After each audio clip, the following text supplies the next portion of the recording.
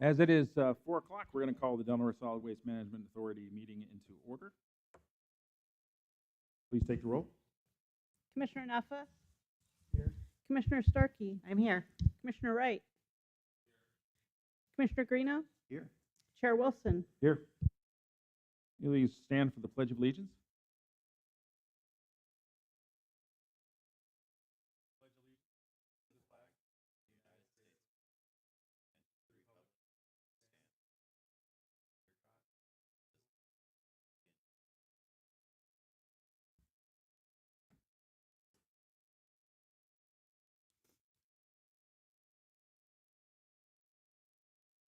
That'll take us to the 401.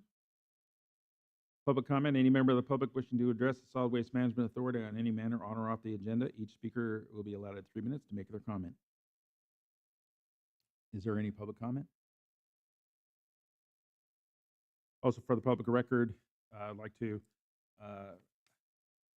there is a change to the agenda, something that was missed in the last request, and that is authority allocation of bin pools supporting the Chamber July 4th celebrations. That has already occurred. We are needing to address this today. It wasn't on the current agenda, so this will be added to the agenda. We need to take a vote, 2/3 approval, in order for this to be passed.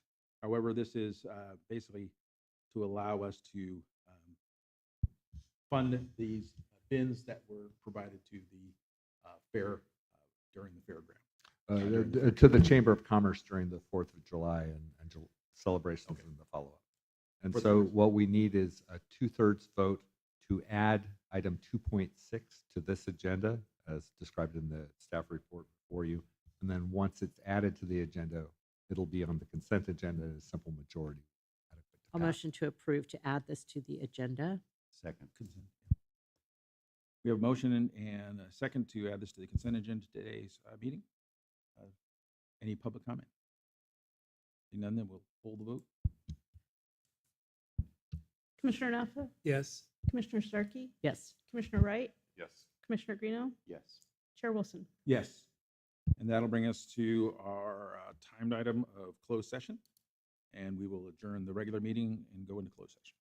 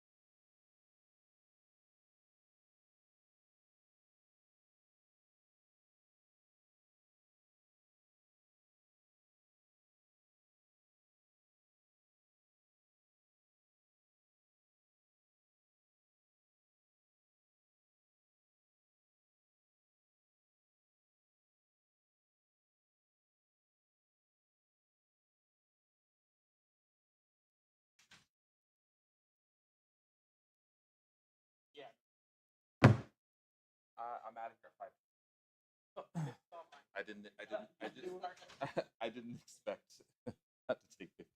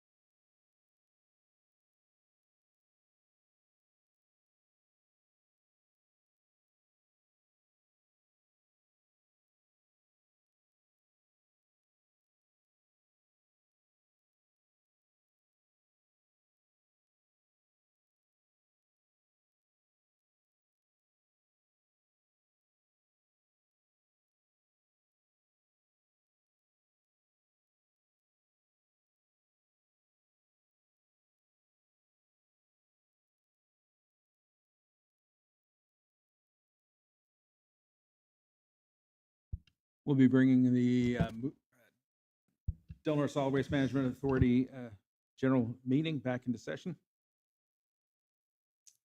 Anything to report out of closed session? Our legal counsel did say that there was no reportable action taken during closed session, sir. Thank you. That'll bring us to the open session. We have our consent agenda, which is to approve the meeting minutes of the last meeting, Tuesday, 21st, July 22nd. Also approve payment of claim number 10533, U.S. Bank CalCard charge of $4,406.15. Also approve the claim of 10.10534, credit card charges in the amount of $8,275. Also claim 10535 Harshal and Company LLP for audited services in the amount of $11,595. Item 2.5 has been pulled and will not be on the consent vote. And item number 2.6 has been added, which is a request for allocation of supporting Chamber July 4th celebrations payment, a presentation of bins that were placed at the 4th of July celebration that have been provided. And this allows us to pay for those, fund those bins. That item has been voted on by 2/3 and placed on this agenda as necessary. Do I have a vote for passage of the consent? Motion? So moved. A motion. Do I get a second? Second. A motion and a second. Any comment? Did you want that motion to include eliminating 2.5, or are you comfortable with? Pulling 2. Yes. Yes. It will include the pulling of 2.5 in the, Okay. yes, and the addition of 2.6. So we have motion and a second. Any public comment? See no public comment, bring it back to the board for a vote. Commissioner Naffa, Yes. Commissioner Starkey. Yes. Commissioner Wright, Yes. Commissioner Greeno. Yeah. Chair Wilson. Yes. And because we have some time issues on the board members, we will move past the director's reports at this point in time and move to solid waste matters and discussion and possible action regarding draft organics waste management strategy report, including presentation by Anna Maya, Delaware ATL Community Food Council, Community Assistance Grant Program. Excellent. Thank you for the kindness that you're showing to Aya for rescheduling the item so that we're taking it out of order. But Aya Mahan, who has guided us through this community process involving many public meetings over about a year and a half or so, but she's here to present the current recommendations in this draft strategic report about how we're going to manage organics moving forward. Aya. Great. Thank you so much, Ted. And thank you all for having me today and bumping me up in the agenda. I appreciate that. So I do have a presentation. I'm hoping, there we go. Awesome. So I put together I tried to keep it brief presentation, but I wanted to just share a little bit about the planning foundation of how we came to these results with you all, and then really share and focus on the strategic recommendations that the report has that are written in the report, and discuss some of the roles of the primarily the Waste Management Authority, but also some of the roles of our community partners, and also look at the funding reality to bring some of these programs forward. So this is a brief and kind of very long and in-depth look at the same time of the planning process. So it was really broken into 4 phases. We're in the 4th and final phase right now. Phase 1, we gathered community input from a bunch of different stakeholders. Some of our first meetings had 40 people attend, which was really awesome to hear from different partners that came not only from our agricultural community, but the county, city, and the school district as well has been a huge partner along the way. We really looked at how we could reduce our greenhouse gas emissions and our organic waste. Phase 2, we really focused into the specifics and the priorities that were identified in those first few meetings. We dove deep into different outreach and education opportunities, as well as what a community mulching program might look like, as well as what different composting practices and programs might work for Del Norte specifically. We also, in the first phase, realized that food recovery needed to be separated into its own distinct meetings to really focus in on our food recovery here in Del Norte County. Phase 3 was really at the beginning of this year, and we presented all of the data that we had captured in that first year of meetings and kind of finalized some funding of equipment requests, which I believe you all were a part of as well. We recently had a meeting yesterday, ironically, to also present these recommendations. And I was able to take some of the feedback from the task force and include it in the presentation today.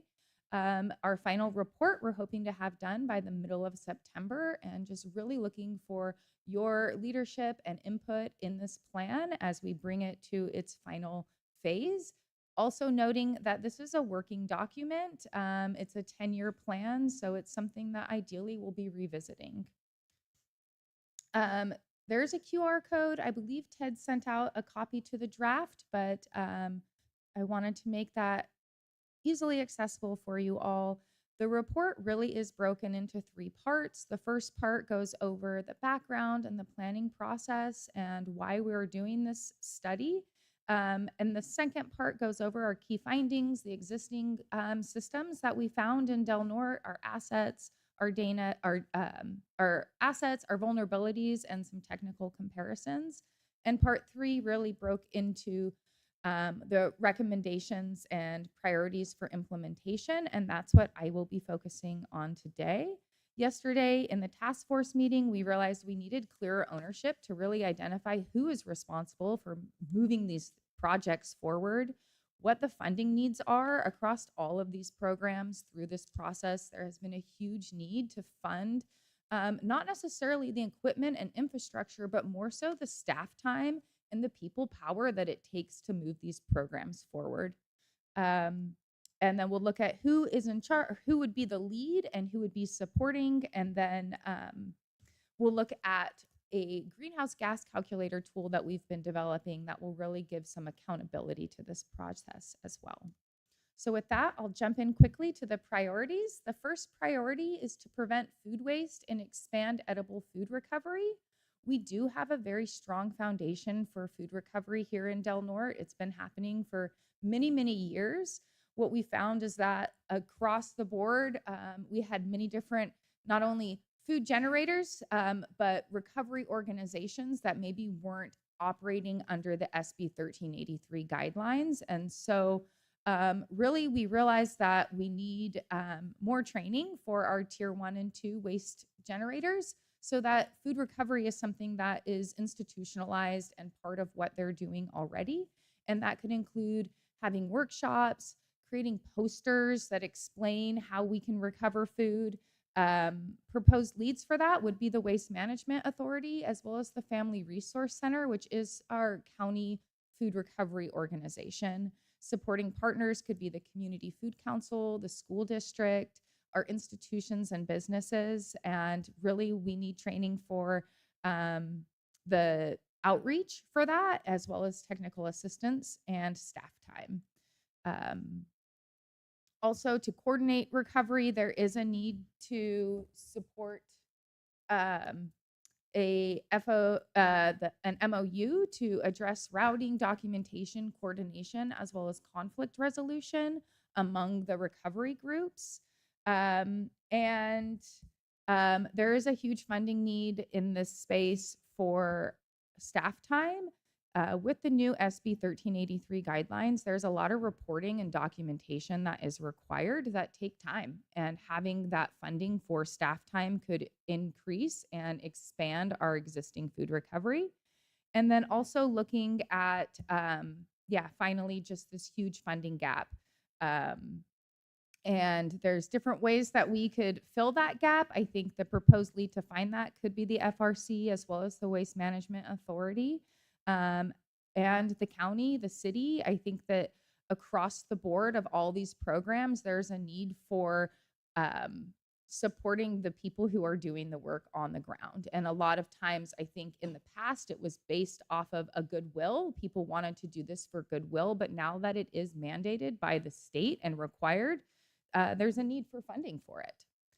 The second priority is to develop community composting and or collective or convenient collection. We looked initially at the fact that if we were to expand and do like a municipal composting program, that the amount of emissions created by creating new routes would actually offset the emission reduction from the composting program. So really what we found is that it's going to take a variety of different composting programs, from people learning how to compost in their backyards to having community sites that are actually using that end use compost right there on site versus trucking it around the county. And not to say that municipal compost couldn't be practical, especially looking 10 years down the road, but definitely embedding pilots along the way to see what is going to work for our rural community. Funding needs for materials, also evaluating these programs, and staff time, our community sites. A huge part of the compost is the labor involved, turning compost. It's a lot of work. So again, staff time is a huge piece of that. And then if we were talking about municipal composting, the funding need would be also for permitting. Something that Ted has continued to emphasize is if we were to put a composting facility anywhere within our coastal zone, we're immediately going to be hit with a ton of permitting. And that is a huge, I guess I don't want to say it's a block, but it's definitely something that would need to be overcome. The third priority is to develop locally and appropriate processing and beneficial uses, really honing into municipal mulch, which we found would be the near-term opportunity to invest in.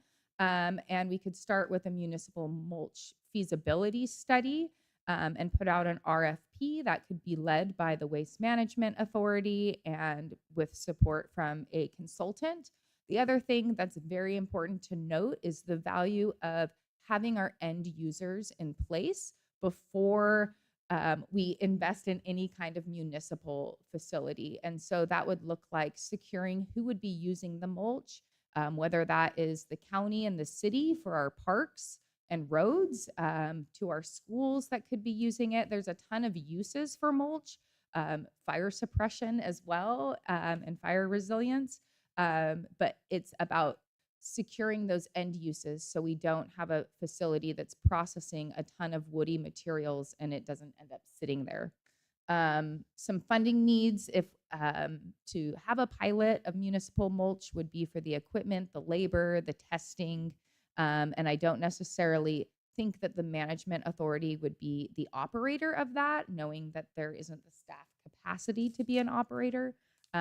But could definitely be a supporting partner in that.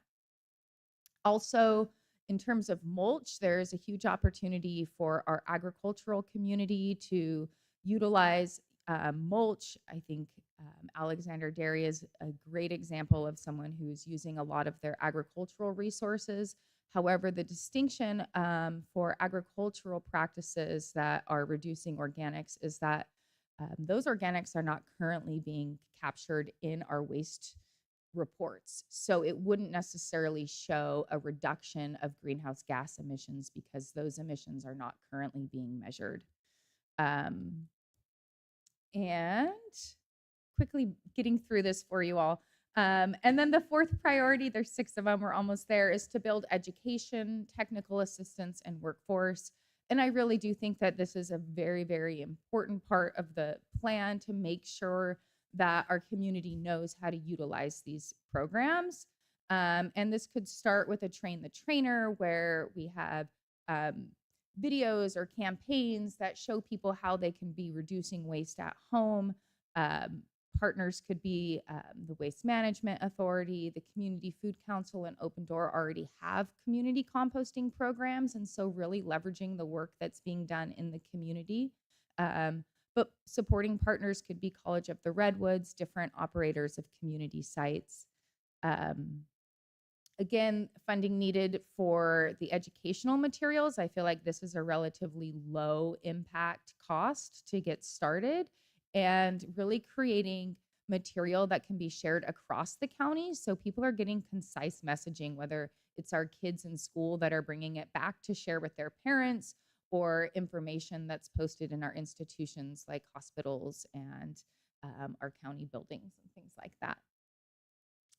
And then strengthening partnerships and local economic capacity. I think it's very clear that the Waste Management Authority would not be the lead for this. They are not economic development experts, not to say that they don't want economic development for our waste management, but to really find somebody in the county who maybe is already leading the economic development that could look at different ways that we can actually create businesses utilizing our waste streams. There's a very successful company, Pacific Northwest Organics, who is actually using waste stream to create a very viable production of nutrients that are helping to grow stronger, healthier plants and food for our community as well. So leveraging some of the economic opportunities that could be developed around our waste. And then finally, it is to build the sustainable and accountable management system. And really this project it's in its closure, and we just got to take a really good look at an actually functioning greenhouse gas calculator that we're calling the ROOT, for Rural Organics Optimization Tool. But this tool will actually help us look and project into the future the amount of greenhouse gas reduction we can have based off of some of these priorities. So it'll be a great tool to kind of test out these priorities and see not only the reduction, but also the cost per resident to implement some of these programs. And it can be utilized. I think the goal originally was to have it to come up with these priorities, but because of the timing of this project, we just got to look at the first operating calculator today, but utilizing that for future planning seems extremely valuable. So that was the priorities in a nutshell. It was a lot to go through. I would love to get some feedback from you all before we finalize this report. And I've put some questions here of, do these priorities feel like they reflect the appropriate direction for our community? Are the proposed roles appropriate for the Waste Management Authority, for our community partners? And who else might be able to take on some of the responsibility of moving these projects forward, as well as any kind of input or feedback on the funding and systemic barriers? It's very clear that there needs to be funding for staff to do this work. And how do we go about securing that? And can we do that as a community, as individuals, as organizations, as well as the agency? And then what actions should receive the greatest attention in the first few years? Where should we start? And is there anything that should be revised, delayed, removed? And that's what I have to share. I don't know, Ted, if you would like to add anything that I may have overlooked. So I know that that's a lot of information to try to absorb and digest. And although you do have access to the whole report, the train continues to roll down the track, and you're very important decision makers. And to the extent that you're interested in reviewing the report and offering your input, that's very valuable and important information. But we'll continue to discuss this with the task force, finish up these revisions, but we'll probably present you a final version of this at the next meeting. So now would be a fine time if the board has any input to discuss, or you can take your time to provide more thorough feedback if you'd like. So I've followed this since I was elected, but I haven't seen the work that's been done. So I appreciate the work that is continuing to be done towards this. When you come up with the who's going to have what roles, was that determined through these series of workshops that you did?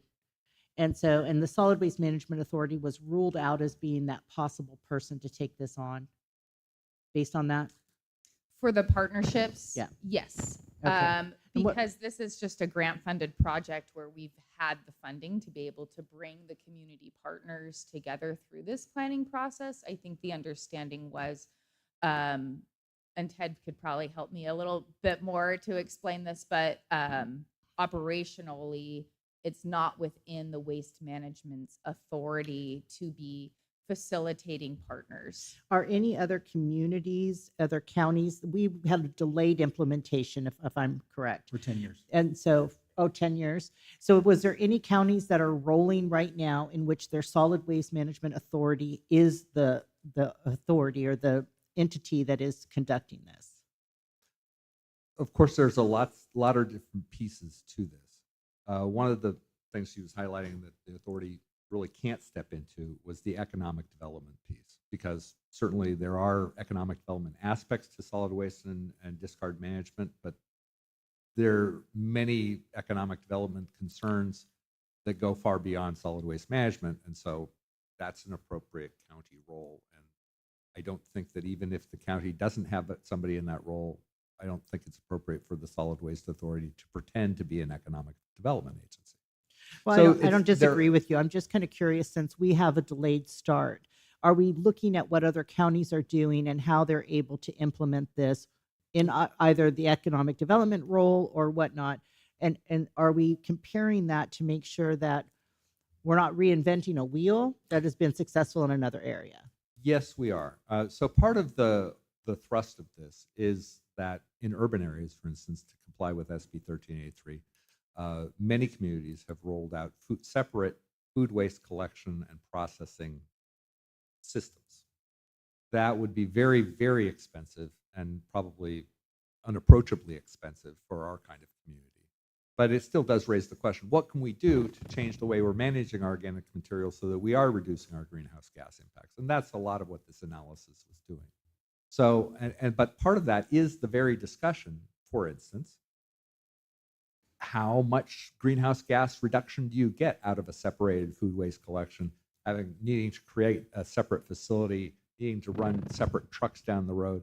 And so part of our role in this, because we partner with the rural counties, the Environmental Services Joint Powers Authority, was essentially how can we work together with other rural counties to address these questions about how do we reduce greenhouse gas emissions with how we manage organics, without necessarily just buying into the assumption if we expand collections and we collect separate categories of materials and create separate facilities, that somehow that's going to actually have a net benefit.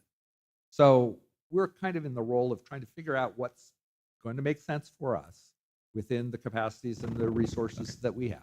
I appreciate it. I'm sorry I have to cut us off at this point in time. If anybody has any questions afterwards, please stick around. We'll be able to Fair enough. get to a couple of these voting issues. 7.3, while we still have a few minutes with them. Discussion of possible approval of Delaware Solid Waste Management Authority Resolution 2026-06, approving a 2% general wage increase effective July 1st, 2026 for authority employees except the director. Do we have any questions? Any issues? Can I get a motion?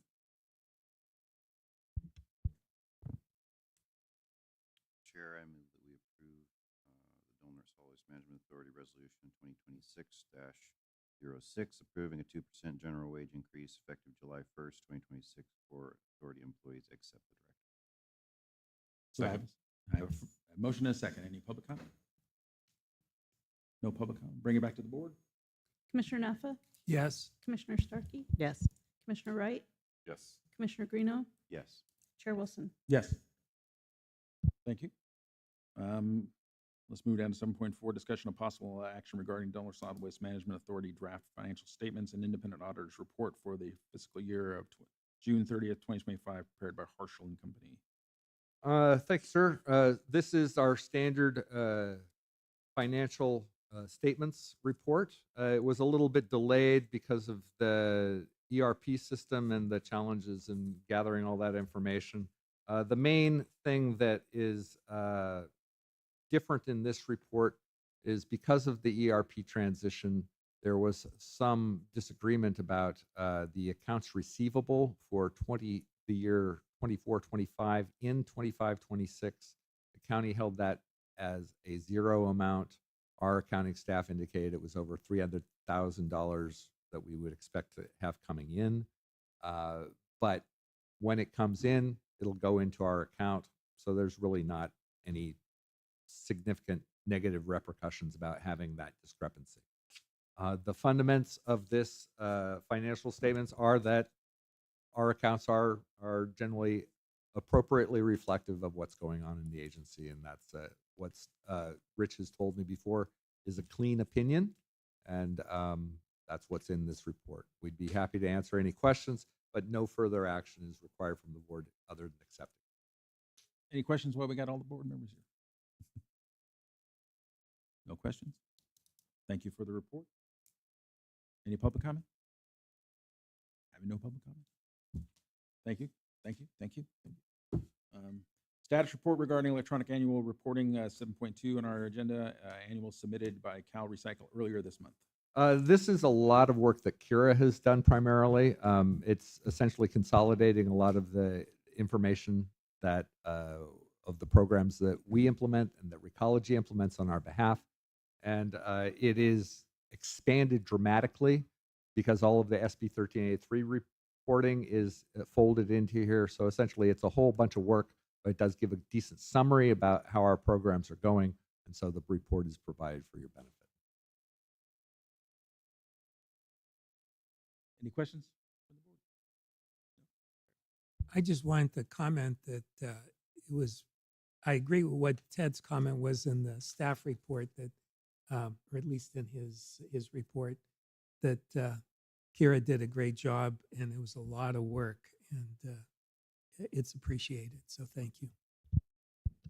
Thank you. Appreciate that. It is a lot of work. Yeah. Okay, that'll bring us back to the director's report, please. Okay. Yeah. So back to item 3.1. In general, we're doing fine. We are, let's see, we are continuing working with the Regional Water Quality Control Board and Lawrence and Associates about the revised waste discharge requirements that should impact the sampling that we regularly do at the landfill. We'll bring that forward probably next meeting for further discussion. Cal Recycle did indicate a difference in our post-closure liability calculation, so we'll make that revision. We talked about the organic strategy report. And Darren Meisel is now fully trained as a refuse site attendant. So Tabitha Weir is increasing her focus on the authority account clerk position. And more or less, I think that we're doing fine. Finally, moving on to the financial report, you'll see that I've handed out the AR aging summary indicating that Kathy Brewer does a fine job keeping up on our accounts, and you'll see that pretty much anything that's over 90 days due has been turned over to collections. Claims approved by director. Once again, you'll see the largest payment goes to Hamburg WSG for the good services they provide at the Delaware County Transfer Station. And then the other large payment was to Delaware County for the part of the payment for the transfer station loan. Looking at our finances, I'll just point out that while July is a above average month and has historically been so, we're about 13,000 below what we received last July. So in general, we're seeing a downward trend in terms of our tonnage and income, and I think that just reflects the economic mood of the area currently. With that, I'd be happy to answer any questions. The only questions I have is we opened up the transfer stations an additional day, I believe, in Calamith and down in up in Gasky, was it? Yeah. And how has that been received? It generally, I actually did have an agenda item to report back on that, but because it was raised by Commissioner Short and I knew he wouldn't be at this meeting, I kicked it onto the agenda for next meeting. So I'd be happy to give a more complete report at the next meeting for that, sir. That would be good. Any other questions? Yeah, I was just going to ask regarding the financial report. When you look at page 36 towards the bottom, I was just wondering the cost for the DNC auditor, 177,390 Yeah.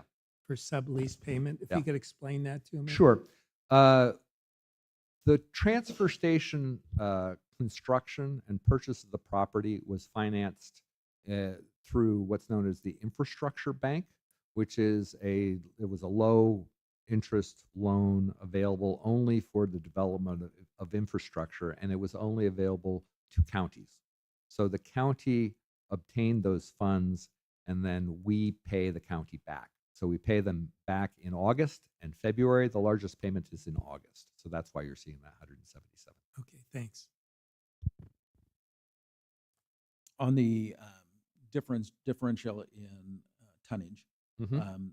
is there a breakout as to whether we're looking at large segments of difference as far as previous to last year, this year, as to what if there is any pattern as to what we're actually not getting brought in, whether it's appliances, whether it's large items, whether it's bulk, whether you're seeing a reduction in brush, and those kinds of things, or construction materials.